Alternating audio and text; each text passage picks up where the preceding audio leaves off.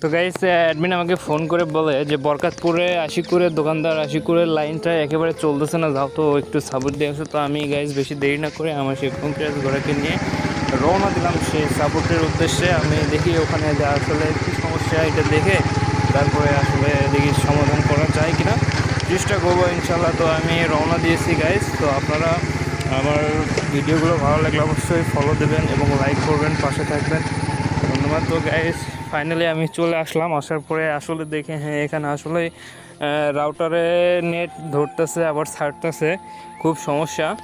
তো গাইস একটু পরপরই দেখি এই রাউটারটা নেট ছেড়ে দিচ্ছে।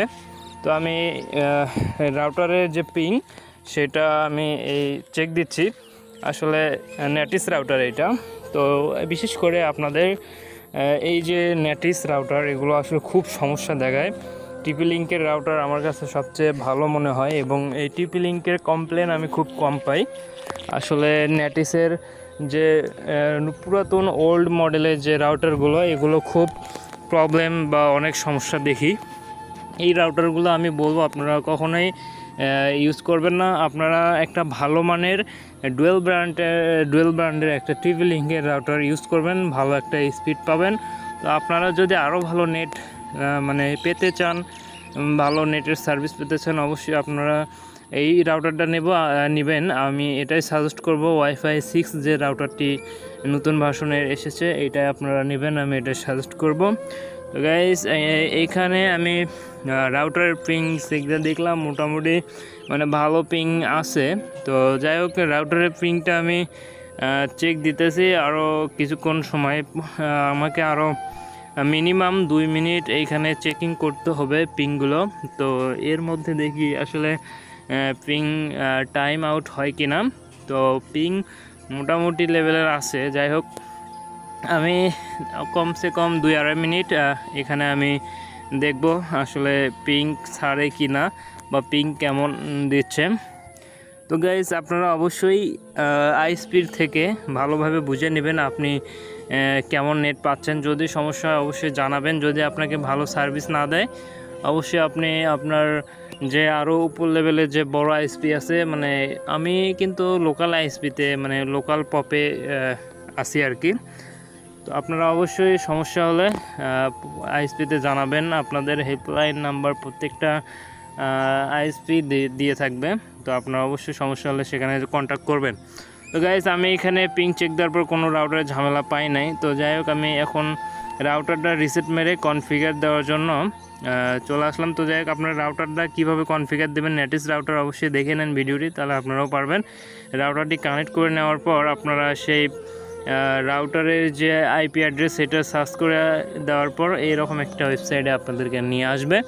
আপনারা অবশ্যই আপনাদের আইএসপির দেওয়া সেই ইউজার পাসওয়ার্ডটি ভালো করে লিখে টাইপ করে নোটে মনে রাখবেন। আপনাদের অবশ্যই এই আইএসপি ইউজার পাসওয়ার্ডগুলো খুব দরকারি এবং ইম্পর্টেন্ট আপনাদের লাগবে। আপনারা যদি আইএসপি মানে ইউজার হয়ে থাকেন তাহলে কিন্তু আপনার অবশ্যই মাস্ট বি আপনার ইউজার পাসওয়ার্ড মনে রাখতে হবে। ভুলে গেলে আপনার যে কোনো মুহূর্তে আপনার ওয়াইফাই সমস্যা দিতেই পারে, কিন্তু আপনার ওই সময় আপনার এই আইএসপি ইউজার পাসওয়ার্ডগুলো মাস্ট বি লাগবে। এই জন্য আপনার কিন্তু অবশ্যই এগুলো ভালো করে নোট করে অথবা ভালোভাবে মনে রাখতে হবে, যাতে আপনি যে কোনো মুহূর্তে ওইটা মানে খুঁজে বের করে আপনি ইউজার এই যে আপনার কখন লাগে, বিশেষ করে যখন আপনি রাউটার রিসেট দেবেন কনফিগার করবেন তখন আপনার এই ইউজার লাগবে। তো গাইজ আমি কনফিগার দেওয়ার পর দেখেন আমি আবার কানেক্ট করে নিয়েছি। তো এবার হচ্ছে আমি সেই ওয়াইফাইয়ের পাসওয়ার্ড দিব। তো গাইজ টিপি লিঙ্কের রাউটারে আরও একটা সুবিধা রয়েছে, এই যে আপনার থেদার একটা অ্যাপস রয়েছে, এই অ্যাপসের মাধ্যমে কিন্তু আপনারা খুব সহজে মানে পাসওয়ার্ড চেঞ্জ করতে পারবা, আবার দেখতে পারবা কোন কোন ক্লায়েন্ট আপনার নেট চালাচ্ছে। তো আপনারা অবশ্যই টিপি লিঙ্কের এই সুন্দর একটা মানে সুবিধা পেয়ে থাকবেন, সুযোগ। তো যাই হোক আপনারা ভিডিওটি দেখলে অবশ্যই বুঝতে পারবেন যে আসলে নেটের বিষয়ে কি কি জানা দরকার। তো গাইজ দেখেন আমি কিন্তু এবার কনফিগার দেওয়ার পরে আমি আবারও পিং টেস্ট করতে চলে আসি। তো এটা হচ্ছে আমাদের সেই গুগল ডিএনএসের পিন। তো এই পিনটা আপনারা অবশ্যই আইএসপির থেকে চেক দিয়ে নেবেন আসলে আপনার পিং ঠিক আছে কিনা। তো আমি এখানে আমার যে আইএসপি পিং এটাই একটু মানে ঝামেলা দেখতেছি। প্রতি 1 মিনিট পর পর একেবারে 1 মিনিট পর পর দেখি এখানে টাইম আউট হয়ে যাচ্ছে। তো পিং একেবারেই আমি দেখলাম যে প্রতি 1 মিনিট পর পরই টাইম আউট হয়ে যাচ্ছে। তো আসলে এটা আসলে আইএসপিকে জানাতে হবে। তো এই রকম সমস্যাগুলো আপনারা যদি ধরতে না পারেন তাহলে কিন্তু আপনারা অবশ্যই একটা ভোগান্তিতে থাকবেন, নেট স্পিড পাবেন না, অবশ্যই সমস্যা পাবেন। তো যাই হোক, আমি আরেকটা কথা সাজেস্ট করব যে আপনারা মাঝে মধ্যে যদি আপনার দেখা যায় রাউটারটা 6 মাস হলে আপনি কনফিগার দিয়েছেন, এখনও রিসেট দেননি, কিন্তু নেট ইদানিং সমস্যা পাচ্ছেন, তো আপনি দ্রুত সেই রাউটারটিকে রিসেট করে কনফিগার দিয়ে নেবেন। যদি না পারেন অবশ্যই আইএসপিকে জানাবেন, আইএসপি থেকে লোক পাঠিয়ে দেবে, আপনার রাউটারটিকে কনফিগার দিয়ে দেবে। তো যাই হোক, আপনার নেট স্লো হলে অবশ্যই আপনি জানাবেন। তো কখনো গাফিলতি করবেন না, গাফিলতি করেন আপনার লস। কারণ আপনি ভাই টাকা দিয়ে চালান, আপনি ফ্রি চালান না। আপনার একটা সেকেন্ড দেরি করবেন না আপনার ম্যাচ শেষ হলে লাইন যেতে। তো আপনি অবশ্যই আপনার এই দিক দিয়ে আপনি কন্ট্যাক্ট করে রাখবেন, যাতে আমি টাকা দিয়ে চালাই, আমার 1 মিনিট ফ্রি দেয় না, তাহলে আমি এই স্লো নেট ইউজ করব, আর কেন আমি এরকম দুর্বল সার্ভিস নেব।